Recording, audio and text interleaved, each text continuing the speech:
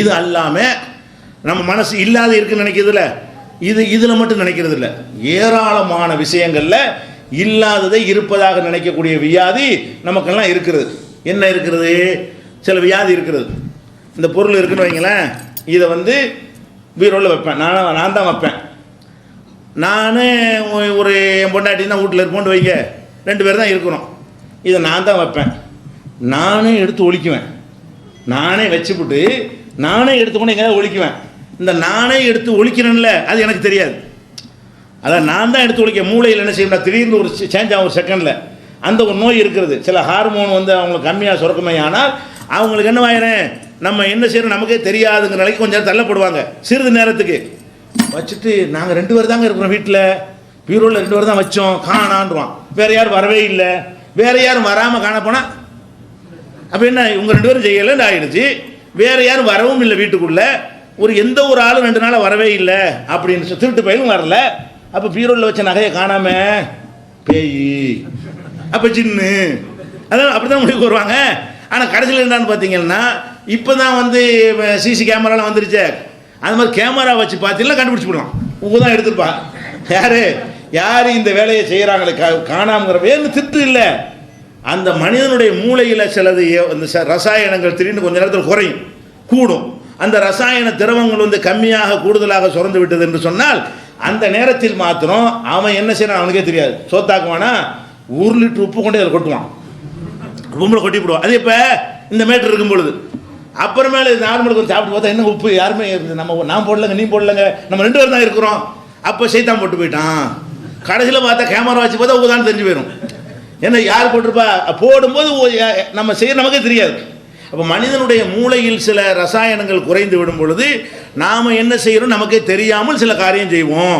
நம்மளே ஒரு பொருளை உடைக்குவோம், நமக்கு தெரியாது. அந்த நேரத்தில் மாத்திரம் 24 மணி நேரத்தில் ஒரு 2 தடவை 3 தடவை அல்லது வாரத்தில் 2 தடவை 3 தடவை இந்த மாதிரி அந்த சுரந்துடும். அந்த திரவம் அதிகமாக சுரந்து விடும் அல்லது கம்மியாக சுரந்து விடும். அப்போ என்ன செய்வான்னு கேட்டால் அந்த நேரத்தில் மாத்திரம் அவன் என்ன செஞ்சாலும் அவனுக்கு தெரியாது. கை தான் செய்யும், பாடி தான் செய்யும், மூளை செய்யாது. ரசாயன பேலன்ஸ் பண்ணோன்னு என்னவாயிரும், அந்த 5 நிமிஷம் நடந்துச்சுல அது மட்டும் அவனுக்கு தெரியாது, மற்றெல்லாம் தெரியும்.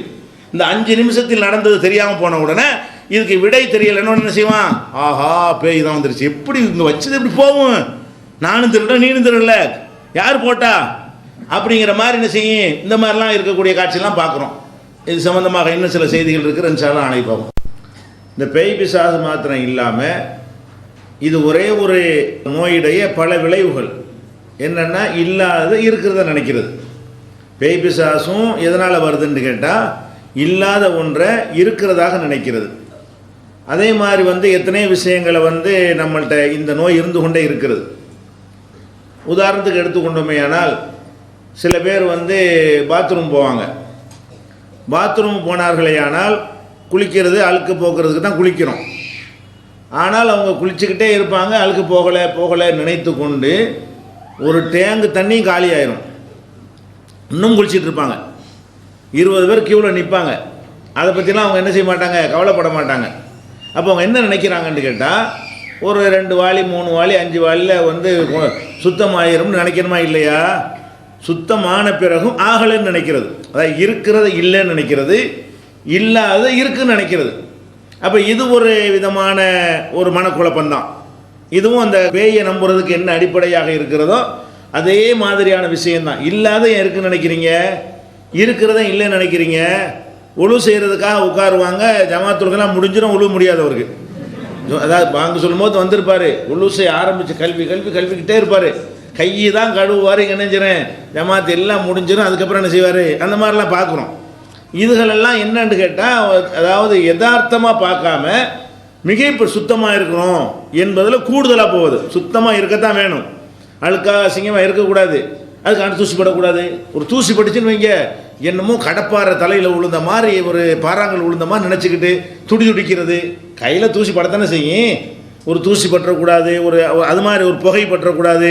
புகைன்னா பிடிக்காதுதான், அதுக்காக வேண்டி சாகுற மாதிரி விஷயமா அது தலை போகிற ஒரு விஷயமா? அந்தந்த விஷயத்திற்கு அந்தந்த அளவுக்கு தானே முக்கியத்துவம் கொடுக்கணும். எல்லாரும் கொடுக்குற மாதிரி கொடுக்காம என்ன செய்வாங்கன்னு கேட்டால் ரொம்ப அலப்பறை பண்ணிக்கொள்வது. அப்போ அதுக்கு உரிய இடத்துல வைத்தோமே ஆனால் குழப்பம் வராது. அழுக்கு தூசிகள் எல்லாம் இருக்கத்தான் செய்யும். அதை வந்து என்ன செய்ய கழுவும்போது கழுவிக்கிற வேண்டியதான். இதுக்காக வேண்டி எல்லா காரியத்தையும் புறக்கணிச்சிட்டு எந்த வேலையும் செய்யாமல் இதை போய் இந்த கழுவிட்டு வந்துடும். ஒரு தூசி போட்டால் கழுவிட்டு வந்து கழுவிட்டு வர இன்னொரு தூசி போடும், மர கழுவ போகிறது, இன்னொரு தூசி காற்றுல வருமா மர கழுவ போகிறது. இப்படி ஒரு நாளைக்கு ஒரு 100 தடவை கை கழுவுனா இதெல்லாம் என்னது எக்ஸ்ட்ரீமாக உள்ள ஒரு விஷயங்கள். இதுதான் ஆரம்பம். இந்த வசுவசாங்கிறாங்களே, இதுதான் இந்த பேய் பிசாசு இல்லாத இருக்கிற நினைக்கிறது எல்லாத்துக்கும் அடிப்படை என்னன்னு கேட்டால், சுத்தமாக இருக்கிறோம் சுகாதாரமாக இருக்கிறோங்கிறது அடிப்படையில் கூடுதலாக என்ன செய்வது, அதில் வந்து அவங்க அக்கறை செலுத்தணும்னு சொல்லி அளவுக்கு மீறி போய்விடுவது. இது வந்து நபிகள் நாயகம் ஸல்லல்லாஹு அலைஹி வஸல்லம் அவர்கள் இந்த நோய்க்கு ஒரு அழகான ஒரு மருந்தை சொல்கிறாங்க. என்ன மருந்து சொல்கிறாங்கன்னு கேட்டால், ஒரு மனிதர் நபிகள் நாயகம் ஸல்லல்லாஹு அலைஹி வஸல்லம் முறையிடுறார். என்ன முறையிடுறாருன்னு கேட்டால், நம்ம ஒழு செஞ்சிட்டோன்னு வைங்களேன், ஒழு செஞ்சோம்னு சொன்னால் மழை ஜலம் கழித்தால் ஒழு நீங்கிவிடும். அது மாதிரி காற்று வெளியேறினால் ஒழு போய்விடும். இது மார்க்கத்துறை சட்டம். ஒருத்தர் வந்து கேட்குறார் ரசூல் ஸல்லல்லாஹு அலைஹி வஸல்லம் கிட்ட, அல்லாஹ்வுடைய தூதரே, நாங்கள் தொழுகையில் இருந்துக்கிட்டு இருக்கும்போதே ஒரு ஃபீலிங் வருது, ஒரு எண்ணம் வருகிறது. என்ன எண்ணம்? காற்று போன மாதிரி ஒரு எண்ணம் வருகிறது. இப்போ நான் என்ன செய்கிறது? தொழுகை விட்டுடுறதா தொழுகையை தொடருவதான்னு கேட்குறாங்க. அதாவது சும்மா தொழுதுகிட்டே இருக்கும் பொழுது நம்முடைய உடலிலிருந்து காற்று பிரிந்து விட்டது, வாயு வெளியேறி விட்டது போல நமக்கு என்ன செய்கிறது, ஒரு உணர்வு தென்படுகிறது என்று சொன்னால் அதுக்கு நாங்கள் என்ன செய்யணும் என்று ரசூல் ஸல்லல்லாஹு அலைஹி வஸல்லம் அவங்கள்ட்ட வந்து கேட்குறாரு. அப்போ நபி ஸல்லல்லாஹு அலைஹி வஸல்லம் சொன்னாங்க, லா யன்சரிஃப், அதுக்காக வேண்டி தொழுகையை நீ விட்டுட்டு வெளியே வர வேண்டாம். ஹத்தா யஸ்மா சௌத்தன் அவ் யஜித ரிஹன், ஒன்று அந்த சத்தம் கேட்கணும், காற்று வெளியேறினா அது ஒரு சத்தம் இருக்கும், அல்லது நாற்றம் இருக்கும். ரெண்டு இருக்கணுமா இல்லையா? ஒன்று வந்து சத்தத்தோடு வெளியேறினால் பொதுவாக நாற்றம் கம்மியாக இருக்குமாங்க, அதுதான் ரசூல் ரெண்டையும் சொல்கிறாங்க. ஹத்தா யஸ்மா சௌத்தன் அவ் யஜித ரிஹன். அப்போ ஒன்று வந்து துர்வாடை வந்துடும். நம்ம காற்று வெளியேறினால் ஃபஸ்ட்டு நம்ம தான் அருகில் இருக்கிறோம், நமக்கு என்ன செய்யும், அந்த வாடை வரும். ஆகா, இது வந்து நம்ம காற்று வெளிப்பட்டுருக்குன்னு ஒரு கன்ஃபார்ம் பண்ணுவதற்கு ப்ரூஃப் ஆகுது இது. அல்லது நம்மிடமிருந்து ஒரு சத்தம் நம்ம காது கேட்குது, நம்ம காதுக்கு தான் முதல்ல கேட்கும். அந்த மாதிரி சத்தம் கேட்குமே ஆனால் அப்போ நம்ம என்ன விளங்கிக்கிறோன்னே, அப்போ தான் காற்று வெளியேறிச்சு நினைக்கணுமே தவிர வந்த மாதிரி இருக்குது போன மாதிரி இருக்குது இப்படின்னு நினச்சிங்கன்னு சொன்னால் அது இஸ்லாத்தில் கிடையாது. தொழுகையில் வேண்டி இல்லைங்கிறாங்க. தொழுகை தான் ரொம்ப பேணுதலாக இருக்க வேண்டிய ஒரு விஷயம்.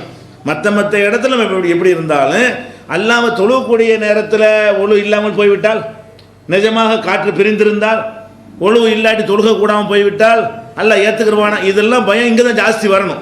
மற்ற எல்லா இடங்களை விடவும் தொழுகைங்கிற இடம் தான் நமக்கு பாதுகாக்க வேண்டிய ஒரு இடமா இருக்கிறது. அதுக்கு ரசூல் ஸல்லல்லாஹு அலைஹி செய்கிறாங்கண்டா இருக்குமா இருக்கா தூக்கி போட்டு இப்போ கன்ஃபார்ம் ஆகணும். கன்ஃபார்ம்டா என்ன? இந்த சத்தம் கேட்குறது ஒரு கன்ஃபார்ம், வாடை துர்வாடை வருவது ஒரு கன்ஃபார்ம். இப்படி கன்ஃபார்மான ஒரு ப்ரூஃப் இருந்தால் மட்டும்தான் உன்னிடமிருந்து காற்று வெளிப்பட்டது நினைக்கணுமே தவிர இப்படி இருக்குமோ போகுமோன்ற எண்ணத்துக்கு இடம் கொடுத்துடாத. இதுதான் மருந்து. இந்த நோய்க்கு மருந்து என்னது? திட்டவட்டமாக தெரியணும். எல்லா விஷயத்துக்கும் இது பொருந்தும். இந்த ஒரு ஹதீஸ் வந்து அனைத்து விதம் இல்லாத இருப்பதா நினைக்கிறாங்க இல்லையா, அத்தனை மனநோய்க்கும் இது என்ன செய்யும், பொருந்தும். அப்போ இந்த மாதிரி நம்ம வந்து புரிந்து கொண்டோமே ஆனால் அப்போ என்ன, கையில் கை கழுவுறி இல்லை, தண்ணி ஊற்றுனுச்சா இல்லையா, தண்ணி ஊற்றுக்கலாம் அழுக்கு போயிருமா இல்லையா, மரம் இல்லைன்னு நினைக்கிற, கன்ஃபார்ம் ஆச்சுல்லப்பா. தண்ணி இல்லாமல் நீ வெறுங்கையை போட்டு தரவுனா என்ன செய்யலாம், சுத்தமாக வாழுன்னு நினைக்கலாம். அப்போ கன்ஃபார்மாக திட்டவட்டமாக ஒரு ப்ரூஃபோடு இருக்கக்கூடிய நேரத்தில் அதை நீ ஏற்றுக்கிறனே.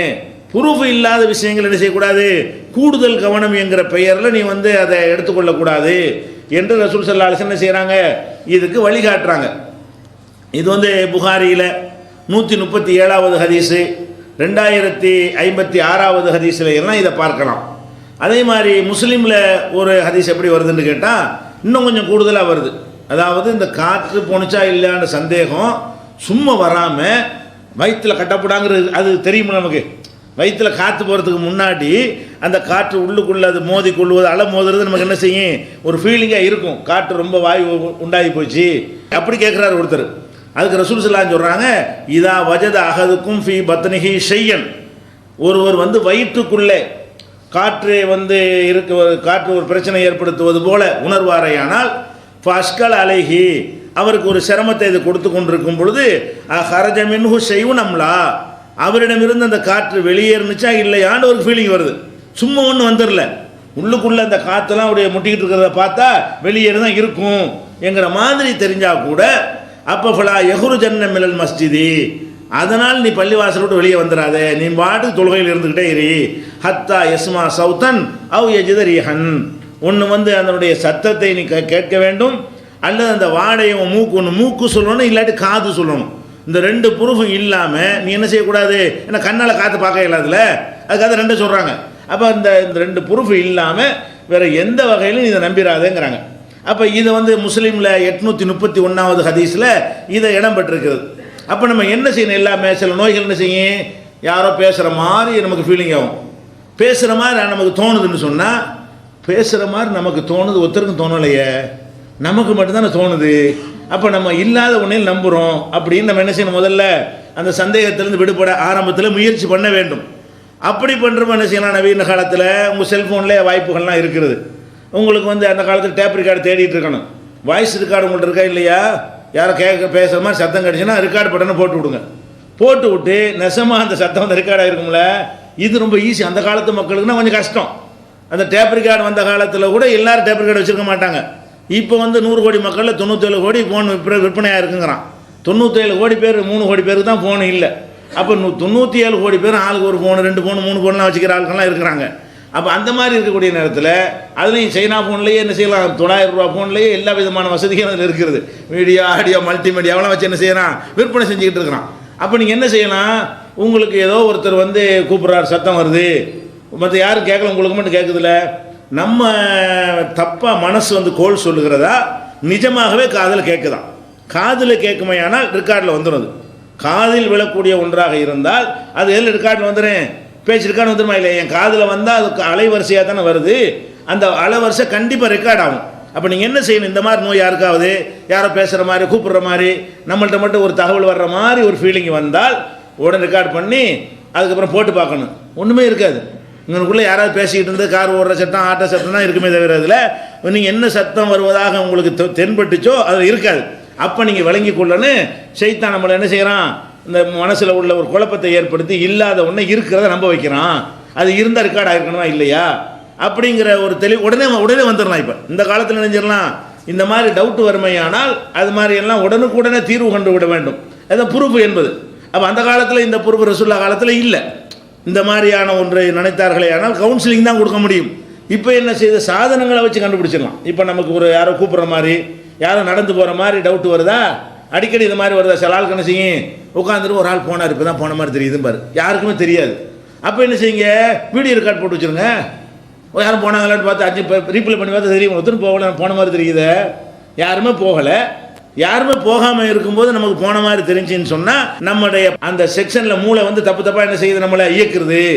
அந்த மனம்ங்கிறது என்ன செய்கிறது, ஒரு ராங்க நம்மளை வந்து வழி நடத்திக்கிட்டு இருக்குதுன்னு சொல்லி என்ன செய்யணும், கண்ணு முன்னாடி தெரியணும், கன்ஃபார்மாக தெரியணும்.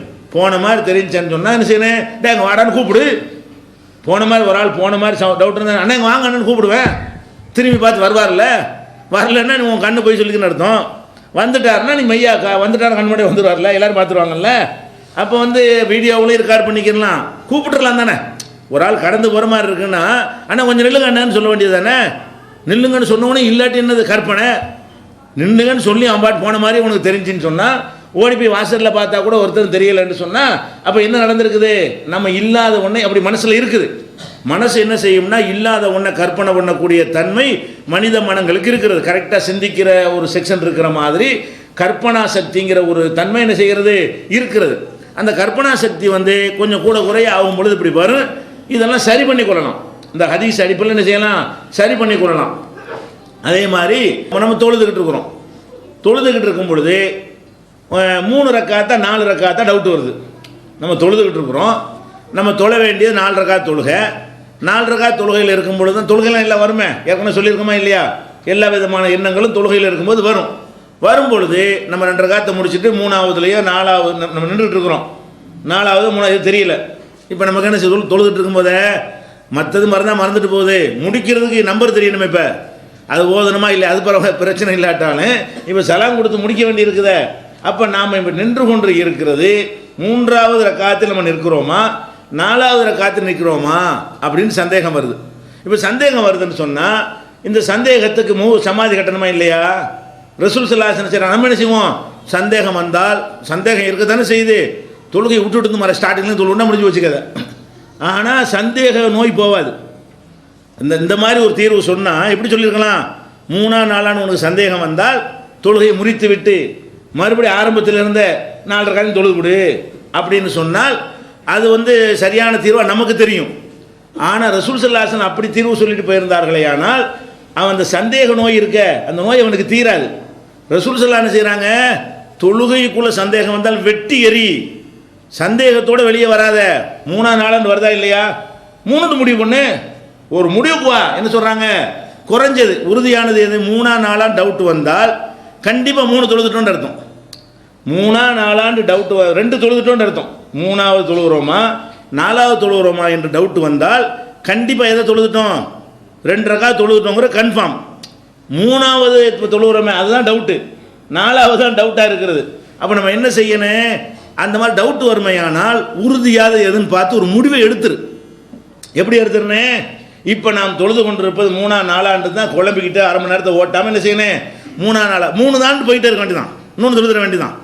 என்ன முடிவுக்கு வரணுமா, இந்த சந்தேக நோயை வளர விட்டோம்னு சொன்னால் அது பல வாழ்க்கைக்கு வெளியேயும் பாதிக்கும். இந்த இதில் வந்த மாதிரி என்ன செய்யும், அப்படி இருக்குமோ இப்படி இருக்குமோ அதுவாக இருக்குமோ அவனாக இருப்பானோ இவனாக இருப்பானோ இப்படியே டெவலப் பண்ணிக்கிட்டே போகக்கூடிய ஒரு நோய் என்ன செய்யும், முத்தி போய்விடும். இப்போ தொழுகைக்குள்ள இபாதத்தில் இருக்கும் பொழுது கூட அந்த சந்தேகம் வந்தால் நீ ஸ்டார்டிங்லேருந்து தொழுவுன்னு சொல்லாமல் ரசூலுல்லாஹ் என்ன செய்கிறாங்க, அங்கே வந்த சந்தேகத்தை அங்கே சமாதி கட்டு, இல்லைன்னு முடிவு பண்ணு. என்ன செய்ய, 4 கிடையாது 3 தான் அப்படின்னு சொல்லி என்ன செய்யணும், இப்போ நான் தொழுது கொண்டிருப்பது 3, அதை ஏற்கனவே தொழுது முடிச்சு 2 அப்படின்னு சொல்லி முடிவு எடுத்து கொண்டீர்களே, குறைஞ்சதை முடிவு எடுத்துக்கிட்டிங்கன்னா 3 தொழுகிறோமா 1 ரக்காத் தொழுவு அப்படின்னு சொல்லிட்டு 2 சைதா செஞ்சு முடிச்சுக்கங்கிறாங்க ரசூல் ஸல்லல்லாஹு அலைஹி வஸல்லம். இது முஸ்லீமில் 1300வது ஹதீஸில் இடம் பெற்றிருக்கிறது. அப்போ இதில் நம்ம என்ன விளங்குறோம், இந்த இபாதத்துக்கு இது சொன்னதாக இருந்தாலும் இதில் ஒரு பெரிய சைக்காலஜி, இதில் ஒரு பெரிய மனோதத்துவம் அடங்கி இருக்கிறது. இந்த வசுவாசி என்பது என்ன செய்யக்கூடாது, மனிதனுக்கு வரவே கூடாது. இருக்கிறபடி நம்பணும், மிகைப்படுத்திடக்கூடாது, கூடுதல் குறைவாக பார்த்துடக்கூடாது, கன்ஃபார்ம் பண்ணணும், உறுதிப்படுத்தின விஷயங்களை தான் நம்பணும், உறுதி இல்லாத விஷயங்களை நம்பக்கூடாது என்கிற ஒரு பாடத்தை நபிகள் நாயகம் ஸல்லல்லாஹு அலைஹி வஸல்லம் இந்த ஹதீஸில் இருந்து நம்ம அறிந்து கொள்கிறோம். இது பேய்க்கும் மருந்தாக அமையும். பேய் இருக்குன்னு நினைக்கிறீங்கல்ல, பேய் இருந்துச்சுன்னா கன்ஃபார்ம் பண்ணு, மார்க்கத்தில் ஆதாரம் இல்லை, ஏதாவது ஒரு வகையில் ப்ரூவ் பண்ணு, அது காட்டணுமா இல்லை, அப்படி காட்டணுமா இல்லை, ப்ரூவ் ரெக்கார்ட் பண்ணி காட்டலாம், பிடிச்சி கொண்டாந்து காட்டு, இல்லை மார்க்கத்துடைய குர்ஆன் ஆதாரத்தை காட்டு, ரெண்டு வகையில் நிரூபிக்கணுமா இல்லையா. அப்போ நிரூபிக்க முடியாத ஒன்றை நமக்கு தெரியுமையானால், ஊர் உலகத்துக்கு இல்லாத ஒன்று எனக்கு மட்டும் தெரியுமையானால், அப்போ என்கிட்ட ஒரு கோளாறு இருக்குது, அதை நான் சரி பண்ணி கொள்வேன், நான் அந்த சந்தேகத்துக்கு இடம் கொடுக்க மாட்டேன், இல்லைன்னு முடிவு எடுத்துட வேண்டியதானே. இல்லைங்கிற முடிவுக்கு இல்லைங்கிறது அசல், இருக்குதுங்கிறது 2வது வர்றது. அசல் என்ன, எல்லாத்துலேயுமே இருக்குதா இல்லையானா இல்லைங்கிறது தான் ஃபஸ்ட்டு, இருக்கிறது அது உண்டானா தான் இருக்கிறன்னு வரும். இல்லைன்னு முடிவு எடுத்துகிட்டு போய்கொண்டே இருந்தோமே ஆனால் ஒரு விதமான குழப்பம் நமக்கு வராது என்பதை என்ன செய்யணும், இதை புரிஞ்சு கொள்ளணும். இதெல்லாம் ஒரு வகையான மனநோய். என்ன மனநோயே, இல்லாத இருக்குன்னு நினைக்கிறது, சின்னதை பெருசாக நினைக்கிறது, பெருசை சின்னதாக நினைக்கிறது, அதாவது உள்ளதை நினைக்காம கூட குறைய நினைக்கிறதும் ஒரு விதமான மனநோய் தான். அதே மாதிரி இல்லாத இருக்கிறதாகவும் இருக்கிறது இல்லாதாகவும் நினைக்கிறதும் ஒரு வகையான மனநோய் தான். அப்போ இந்த ஒரு யதார்த்த நிலையை நம்ம தாண்டி விடக்கூடாது என்பதில் நபிகள் நாயகம் ஸல்லல்லாஹு அலைஹி வஸல்லம் அவர்கள் வணக்க வழிபாடு வரைக்கும் அதில் கவனமாக இருந்தார்கள். இதை நமக்கு மனநோய்க்கு ஒரு மருந்தாக இருக்கிறது. இது மாதிரி இன்னொன்று விளங்கி கொள்ள வேண்டும், நம்ம மனசை பொறுத்த வரைக்கும் அல்லாஹ் எப்படி படைச்சிருக்கிறான்னு கேட்டால், நம்ம என்ன மாதிரியான ஒரு சிந்தனையை வளர்த்துக்கிட்டு இருக்கிறோமோ அது வளர அதுக்கு தகுந்த மாதிரி அது நெசம்ன்ற மாதிரி மாற்றிக்கிறது. பொய் அப்படி நினச்சிக்கிட்டே இருக்கும். ஒரு சினிமா பார்ப்பாங்கல்ல, சினிமாவில் என்ன செய்வான், ஒருத்தன் அவனை குத்துற மாதிரி ஒன்று குத்த மாதிரி பார்க்கும் பொழுது இவன் மன ரீதியாக எப்படி இருப்பான்னு கேட்டால், சின்ன வயசில் பார்த்தீங்கன்னா இப்படி இருப்பான், கண்ணாடிக்கு முன்னாடி நின்றுட்டு யாருமே எதிரி இருக்க மாட்டான், எவனையாவது குத்தணும் எவனையாவது கொல்லணுன்ட்டு என்ன செய்வான். காரணம் இல்லாமல் சினிமாவில் ஸ்டண்ட் காட்சிலாம் பார்க்குறாங்களே அந்த மாதிரி விஷயம், அல்ல வீடுகளில் அங்கே ரவுடிகள் தனம் பண்ணுறனா பார்த்துட்டு என்ன செய்வான், இவன் நம்மளும் இந்த மாதிரி செய்யணும் அடிக்கணும் போகணுன்னு சினிமா நடக்கவே செய்யாத பொய்யது, அது நெசம்னு நினைத்து கொண்டானே என்னவாயிருவான் இவன், நம்மளும் அந்த மாதிரி செய்யணும்னு நினச்சிக்கிட்டே இருப்பானா, அது மாதிரி எப்படி செய்யணும் அப்படி செய்யணும் இப்படி நினச்சிக்கிட்டே இருந்து என்ன ஆகிருந்தா முத்தி போய் சைக்கோ, இவன் தான் சைக்கோங்கிறது. சைக்கோன்னா என்ன இருந்தால் அடுத்தவரை துன்புறுத்துவதில் இன்பம் காண்பது, காரணம்லாம் இருக்காது. ஒருத்தனை கொல்லணும், ஏன் அதை கொல்லணும், ஏன் அப்படி காட்டுறாங்கல்ல, என்னத்துக்கிட்டா கொல்லணும், எதிரியா உன்னை கொலை செஞ்சானா, உன் வீட்டில் பொண்ணாடி கைப்பிடிச்சு இழுத்தானா, உன் சொத்தை அபகரிச்சுக்கிட்டானா, ஒன்றுமே இருக்காது. இந்த அன்னைக்கு பஸ்ஸில் கொண்டு போனாங்களே, ஆந்திராவிலேருந்து வந்த பஸ்ஸில் ஏறி எவன்ட்டு தெரியாது, அந்த 3 பேரை கொலை பண்ணுறான் ஒருத்தன், அந்த 3 பேருக்கு எந்த நெட்வொர்க்கும் கிடையாது. அவன் ஒரு ஊருக்காரன், இவன் ஒரு ஊருக்காரன், அவன் ஒரு ஊருக்காரன், இந்த 3 பேருக்கும் சேர்ந்து ஒரு எதிரி இருக்க முடியாது. அப்போ என்ன செய்யறான்? பஸ்ஸில் ஏறுறான், அவனுக்கு என்னண்டா ஏதாச்சும் ஒரு போட்டு தள்ளணும். அவன் எதனால் அப்படி உண்டானான்னு சொன்னால், இந்த மாதிரி வன்முறை காட்சிகளை பார்த்து பார்த்து அதுக்கு என்ன செய்கிறது, அந்த மாதிரியான ஒரு தாக்கத்துக்கு உள்ளான பிறகு இது இந்த சைக்கோலாம் நம்ம இந்த சினிமாக்களில் மூழ்கி இருக்கக்கூடிய நாட்டிலாம் அதிகமாக இருக்கிறது. இந்த சினிமாக்கள்லாம் வெறுக்கக்கூடிய இந்த அரபு நாடுகள்லாம் சைக்கோ ரொம்ப கம்மி. அமெரிக்காவில், நம்ம இந்தியாவிலலாம் சைக்கோ ஜாஸ்தி. அவன் தான் என்ன செய்வாங்க, பூதாகரமாக காட்டுவாங்க அந்த வன்முறை காட்சிகள் எல்லாம். என்ன செய்கிறது, அந்த சின்ன பிள்ளைகள்லாம் பார்க்குற, சிறு குழந்தைகளுக்கு காட்டுற நிகழ்ச்சியில் கூட அது மாதிரியான வன்முறை காட்சிகள்லாம் பார்க்குறது. அந்த ஒரு சக்திமான் ஒன்று போட்டாங்க சின்ன பிள்ளைகள்லாம் இது பண்ணுறதுக்காக வேண்டி. அதை பார்த்துட்டு மாடியிலேருந்து குதிச்சு சின்ன பிள்ளை எத்தனை பேர் செத்தாங்க. அந்த சக்திமான் குதிக்கிறான்ல, மேஜிக் மாதிரி போட்டு சக்திமான் ஒரு நாடகம் தொடரு, மேலேருந்து குதிப்பான், அப்படி ஏறுவான், அப்படி ஏற்பான். அந்த மாதிரி சின்ன பிள்ளைகளுக்கு வந்து ஒரு ஊக்கம் கொடுக்குறதுக்குன்னு போட்டானுவோம். கடைசியில் என்ன ஆச்சுன்னு சொன்னால், அந்த மாதிரி இப்போ சக்திமான் நினச்சிக்கிட்டு அந்த சக்திமான் மாதிரியான பொம்மை, அது மாதிரியான ட்ரெஸ்ஸு, அது மாதிரியான பனியன்லாம் விற்பனைக்கான ஃப்ரீயாக கொடுத்தாங்க. பிஸ்கட் வாங்கினால் அந்த T-shirt free, Shaktimaan T-shirt free. சக்திமான்ட்டு மாட்டிக்கிட்டு குதிச்சான்ல, போயிட்டாங்க. பம்பாயில் 3 வருஷத்துக்கு போயிட்டாங்க. அப்புறமேலே என்ன அந்த நிகழ்ச்சிக்கு தடையை விதிச்சான். எதுக்கு சொல்கிறோம்னு கேட்டால், இந்த மாதிரி காட்சிகளை பார்க்கும் பொழுது நம்ம வந்து அது பொய் எப்படி பார்க்கணும், சில விஷயங்களை பார்க்குறோமா, இது செட்டிங், இது நிஜம் இல்லை, இது பொய், இது நல்லது இல்லை, இப்படி நடக்காது அப்படின்னு நினைச்சு பார்க்கிறவனுக்கு தான் கரெக்டாக இருப்பான். சினிமாவில் வந்துக்கிட்டு விசில் அடிக்கிறான் பாருங்களேன், கதாநாயகன் ஒருத்தனை போய் அடித்த உடனே விசில் அடிக்கிறான். அது நெசமா? அது அவன் கொடுக்குற காசுக்காக வேண்டி அடிக்கிற மாதிரி கையை ஓங்குறான். அவன் வந்து கொடுக்குற காசுக்காக வேண்டி அடி வாங்குற மாதிரி அவன் வந்து நடிக்கிறான், கீழே விழுவுறான். இவன் கை கூட அவன் மேலே படுறது இல்லை, வழங்குதா? அது சவுண்ட், டுசும்டு சவுண்டு. உலகத்தில் எவனாச்சும் எவனையாவது குத்து டுசும்டு சத்தம் வருமா? உலகத்தில் எங்கேயாவது பார்த்துருக்கிறீங்களா? அப்போ அந்த சவுண்டை கொடுத்தோன்னு என்ன ஆகுதுன்னு கேட்டால், நம்மளும் இந்த மாதிரி குத்தணும், நம்மளும் குத்தி சவுண்ட் வர வைக்கணுன்ட்டு இப்படியே கொஞ்சம் கொஞ்சமாக ஏறும். ஆரம்பத்தில் தெரியாது. இதை வந்து உடனடியாக ஸ்டடி பண்ணிக்கிறலன்னு சொன்னால் என்னவாயிரம், 5, 6, 7, 8, 10% இப்படி அதிகரிச்சுக்கிட்டு வந்து அப்புறம் என்ன வரும்னு கேட்டால், எவனையாவது குத்தணும், எவனையாவது வெட்டணும், கையை வெட்டணும், காலை வெட்டணும், ஏன்லாம் தெரியக்கூடாது. அதுக்கப்புறம் நார்மலாக இருப்பான். அது ஒரு ஆள் கொலை பண்ணி முடிச்சோன்னு சும்மா இருப்பான், 4 நாளைக்கு, 1 மாதம் சும்மா இருப்பான். மறுபடியும் இப்படியே வந்துட்டு இன்னொரு ஆளை போடணும், இப்படின்னு யார் என்ன கணக்கெலாம் கிடையாது. எவன் முன்னாடி இருக்கிறான்னு போட்டு தள்ளிவிடுவான். அப்போ அந்த மாதிரி உள்ளது. பிறரை வந்து துன்புறுத்தி இன்பம் காண்பதுங்கிறதெல்லாம் இருக்குது பாருங்கள். இதெல்லாம் எங்கே வருதுன்னு கேட்டால், இந்த கற்பனை பண்ணுறது தான். கூடுதலாக மனசை வந்து எப்படி நம்ம டெவலப் பண்ணுறீங்களோ அப்படி நெசமாக மாறிடும். அதுக்கே சரின்னு பண்ணணும், எவனையா கொள்ளத்தான் வேணும், அதில் அவனுக்கு இன்பமாக இருக்கும். அந்த மாதிரி உள்ளது. அதே மாதிரி என்ன செய்வாங்கன்னு கேட்டால், ஒரு குறிப்பிட்ட ஒரு வகையான ஒரு வன்முறையவே தேர்ந்தெடுப்பாங்க சில பேர். சில பேருக்கு என்னன்னு கேட்டால், விரலைத்தான் வெட்டுவாங்க, யாரை பிடிச்சாலும் விரல் வெட்டிட்டு போயிடுவாங்க.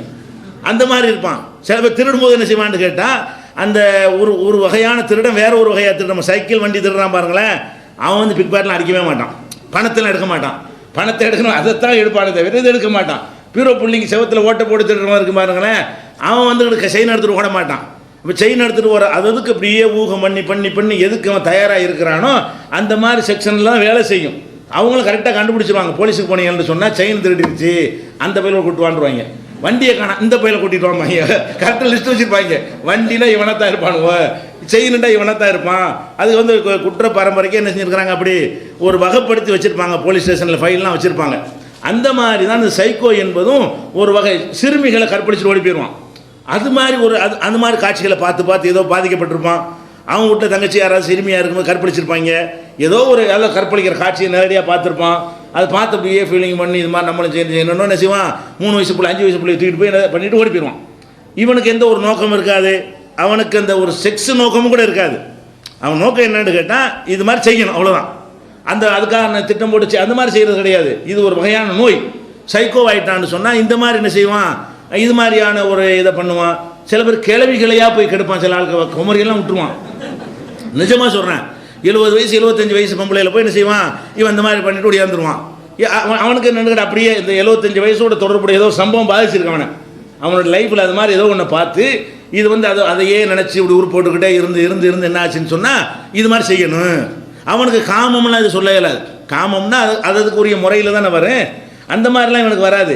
இவன் என்ன மாதிரியான தாக்கத்துக்கு உள்ளாக இருக்கிறானோ அந்த மாதிரிலாம் இவனை வந்து கொண்டு போயிடும். அப்போ மனசை வந்து நம்ம கண்ட்ரோல் நெறிப்படுத்திக்கிட்டே இருக்கணும். மனசை நெறிப்படுத்து. இஸ்லாம் நம்பிக்கை ரொம்ப நெறிப்படுத்துது. இஸ்லாம் நம்பிக்கை என்ன செய்கிறது, எல்லா வகையான தொழுகை, நோன்பு, ஜக்காத், ஹஜ் எல்லாமே நம்மளை நெறிப்படுத்தி கண்ட்ரோல் பண்ணக்கூடியதாக தான் இருக்கிறது. அதை கூட இப்போ ஆய்வுல இணைஞ்சிருக்கிறாங்க. இந்த வாரம் உணர்வுள்ளவர் பார்த்துருப்பீங்க. ஆய்வு பண்ணி இஸ்லாமிய நம்பிக்கைகள் வந்து மன அழுத்தத்தை குறைக்கக்கூடிய வகையில் என்ன செய்கிறது, பல விஷயங்களுக்கு தீர்வாக இருக்கிறது என்று இப்போ கண்டுபிடித்து சொல்லியிருக்கிறார்கள். அப்போ இதையெல்லாம் நம்ம பார்த்து கொள்ள வேண்டும். இதெல்லாமே என்னன்னு கேட்டால் எக்ஸ்ட்ரீமாக மிகைப்படுத்தி செய்வதனால் ஏற்படக்கூடிய சைக்கோங்கிறது ஒரு வகை. அது மாதிரி ஹிஸ்டீரியாங்கிறது ஒன்று பார்க்கணும். ஹிஸ்டீரியா தான் இந்த பேய்ங்கிறாங்கல்ல, இந்த பேய் தான் ஹிஸ்டீரியாங்கிற ஒரு நோயை தங்களுக்கு ஏதாவது ஏற்பட்ட பாதிப்புனால ஒரு பாலியல் அந்த பாதிப்பு அல்லது வந்து கணவன் கிடைக்காமல் இருப்பது, கணவனோட பெண்கள் சந்தோஷமாக இல்லாமல் இருப்பது, இந்த மாதிரி இருக்கும்போது என்ன செய்வாங்கன்னு கேட்டால் வந்து ஹிஸ்டீரியானா என்னன்னு கேட்டால் ஒரு உடல்களை வந்து இயற்கைக்கு மாற்றமாக அவங்க என்ன செய்வாங்க, செயல்படவோ செயல்படாமல் வைக்கவோ செய்வார்கள். திடீர்னு பார்த்தா கை எப்படி நின்றுட்டு இருக்கும், மட்டக்கவே இயலாது. ஹிஸ்டீரியான்னு வந்துருச்சுன்னா என்னவாக, இப்போ தலையை விரிச்சு போட்டு ஆடுவாங்க, அது ஒரு டைப்பு. தலையை விரித்து போட்டு ஆடுவது இயற்கைக்கு உள்ளது இல்லை, இயற்கைக்கு மாற்றமானது, அதை செய்வாங்க. இல்லாட்டி என்ன செய்வாங்க, கைகளை நீட்டிக்குவாங்க. அவங்கள அறியாமல் அங்கேருந்து கமாண்ட் வந்துடும். மூளை பாதிக்கப்பட்டதுனால காலை மடக்க முடியாது, கையை மடக்க முடியாது. ஒரு அந்த மூட்டு இருக்குதா இல்லையான்னு சந்தேகம் வர்ற மாதிரி இப்படி வரைச்ச கட்ட மாதிரி போட்டுக்குருவாங்க. அதுக்கப்புறம் அதுக்குன்னு ஒரு டைம் முடிஞ்சு அது மூளை கரெக்டாக சுரந்து வந்தவொன்னே என்னவாயிரேன் நார்மலாக வந்துடுவாங்க. இப்படியெல்லாம் பார்க்குறது ஏறக்குறைய வலிப்பு மாதிரி. வலிப்பு ஹிஸ்டீரியாங்கிறது ஏறக்குறைய சமமானது தான். வலிப்புங்கிறது அவன் நோயினால் வருது. வலிப்புங்கிறது ஒரு விதமான நோயினால் வருகிறது. அவன் வந்து வலிப்புக்காரன் வந்து தனியாக இருந்தால் கூட வலிப்பு வந்துடும். தனியாக ஒருத்தர் இருந்தான்னு வைங்களேன், காக்கா வலிப்புங்கிறோம்ல, அவன் வந்துடும். ஹிஸ்டீரியா தனியாக இருக்கும்போது வராது. ஒரு ஹிஸ்டீரியா ஒரு பொம்பளைக்கு வருதுன்னு சொன்னால் அது நோக்கமே எதனால், 4 பேர் காட்டணும், பயம் காட்டணும், அது அந்த நோக்கத்துக்கு அது செய்கிற காரணத்தினால ஆட்களுக்கு முன்னாடி தான் ஹிஸ்டீரியா வரும். தனியாக அந்த ஹிஸ்டீரியா பொம்பளை அடைச்சி வச்சு யாரும் பார்க்காம இருந்தீங்கன்னா அதிலே குணமாயிரும். எல்லாம் சுற்றி வளைச்சி கவனிக்கிறது தான் முக்கியமான காரணம். இந்த ஹிஸ்டீரியா ஆளுக்கு வந்து என்ன செய்வாங்க, ஊரை கூட்டி அழைச்சி ஹாவுண்டு நம்ம பாட்டு வேலையை பார்த்துட்டு இருக்கணும். ஹிஸ்டீரியா வேலை காட்டினா என்ன செய்யணும், இந்த வேலை செஞ்சால் எல்லாரும் நம்மளை பார்ப்பாங்க, நம்மளை ஈர்ப்பாங்க, கவனிக்குவாங்க. இந்த மாதிரி கவனத்தை ஈர்ப்பதற்காக வேண்டி தன்னுடைய இதுகளை காட்டுறணும்னு நினச்சி அடிமன வேணும்னு பிளான் பண்ணி செய்கிறதில்ல. அப்படி அவங்க மனசில் ஒரு உருப்போட்டு அந்த மாதிரி எண்ணம் பதிந்து விடும். அப்போ அவங்களுக்கு என்ன நம்ம ட்ரீட்மெண்ட் பண்ணணும், இந்த மாதிரி ஹிஸ்டீரியா பேயின்னு வந்துட்டாங்கன்னு சொன்னால் மருத்துவம் பண்ணணும். மன ரீதியாக அவங்களை எப்படி சரி பண்ணணும்னு சொன்னால் நம்ம கண்டுக்கிறவே கூடாது.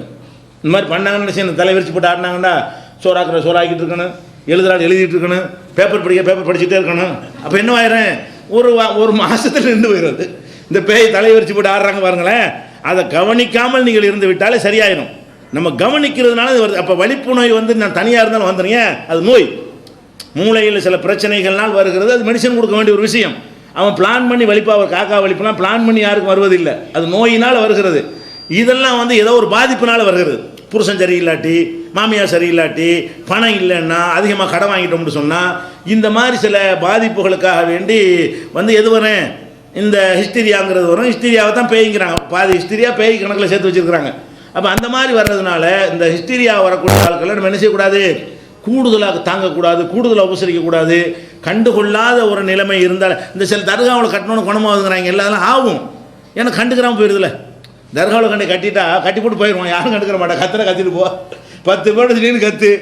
தர்காவில் கட்டினாலும் போகும், காட்டில் கொண்டே கட்டினாலும் போகும். அதுக்கு மேட்ரு என்ன சொல்கிறான், இந்த நோய்க்கு வந்து இந்த ஹிஸ்டீரியாவில் ஆட்டம் போடுற ஆட்களாக இருந்தால் ஒருவரும் கவனிக்காதீங்க, ஒருவரும் அதுக்கு முக்கியத்துவம் கொடுக்காதீங்க. இந்த ஆட்டம் பழிக்காதுன்னு அது மனசுக்கு அப்புறம் தெரிய ஆரம்பிச்சிடும். போதனையால் நடக்கிறத விட என்ன செய்யும், நடைமுறையில் தெரிஞ்சிடும். இந்த மாதிரி காரணத்தினால சில இடங்களில் என்ன செய்யும், தர்காவில், சர்ச்சில், கோயில்கள் எல்லாம் கூட நடக்கும். சும்மா ஒரு காட்டில் கொண்டே கட்டி போட்டாங்க என்ன செய்யும், இந்த மாதிரி ஆட்டம் போட்டாங்கன்னா 10 கிறுக்கனோட சேர்ந்து இவங்களும் ஆட்டம் போடுவாங்க. புத்தன் கவனிக்க மாட்டான், ஆகா என்னத்துக்கு போட்டு இந்த ஆட்டம் போடணும்னு அப்படி தன்னால் குறைஞ்சி நார்மல் ஆகிடுவாங்க. இதெல்லாம் கவனித்து கொள்ள வேண்டும். அதனால் இது எல்லாத்துக்கும் அறிவுரை என்னென்னு கேட்டால், உறுதியாக நம்புங்க, சந்தேகத்துக்கிடமாக நம்பாதீங்க என்ற ஒரு வழியை இஸ்லாம் சொல்கிறது. அடுத்ததாக